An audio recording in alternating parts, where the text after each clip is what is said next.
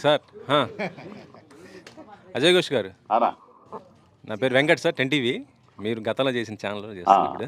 మీది సరిగా వినపడట్లా. వినపడ ఇది వినపడుతుంది. మీరు ఇంకా క్యాసెట్లోనే ఉన్నారు. చెప్పండి.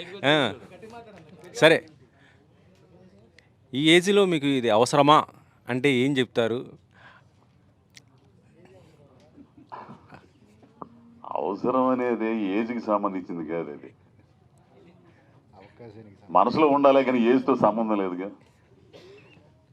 ఏదైనా మనసులో కనుకుంటే ఏజ్తో సంబంధం ఉండదు, అది ఎప్పుడైనా సాధ్యమైంది.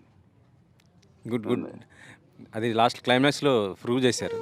అవును, ఎస్, అందుకోసం అడిగాను. Thank you. సో ఇలాంటి క్యారెక్టర్స్ వస్తుంటే ఇంకా చేస్తుంటారా? ఎందుకంటే అజయ్ ఘోష్ అంటారుకే పుష్ప ఒక విలన్, ఇలాంటి ఒక విలన్ లాగా చూస్తుంటాం. సో అలాంటి అజయ్ ఘోష్ని ఇలా ఒక ఏడిపించేశారు.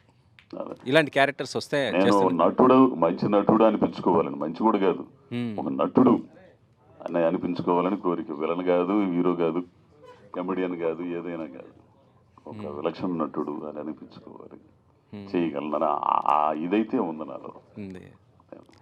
సార్ ఇంకో క్వశ్చన్ సార్, అంటే నెక్స్ట్ గేమ్ చేంజర్ రాబోతుంది, అందులో మీ రోలు చాలా పవర్ఫుల్ అనేసి అన్నారు కదా. ఎవరన్నారు?